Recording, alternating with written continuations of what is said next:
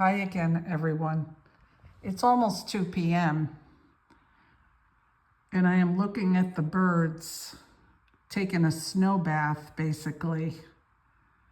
The snow has continually been falling, and it seems to have added about another 6 to 7 inches since a few hours ago.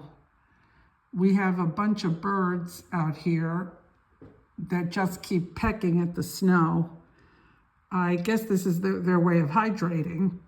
I did leave them some water before. I'll have to put some more out. And I did leave them some food. So they're continually coming over. As you can probably see, there's about 12 inches so far. And it's really, really, really coming down hard.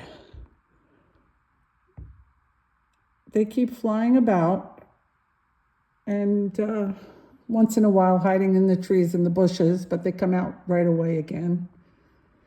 And they're enjoying their snowy bath in this beautiful white mantle that's around them. It's amazing how these small creatures can survive.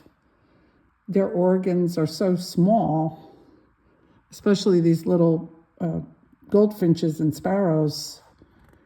I can't imagine how they survive, but it is the greatness of God who created them that allows them to survive.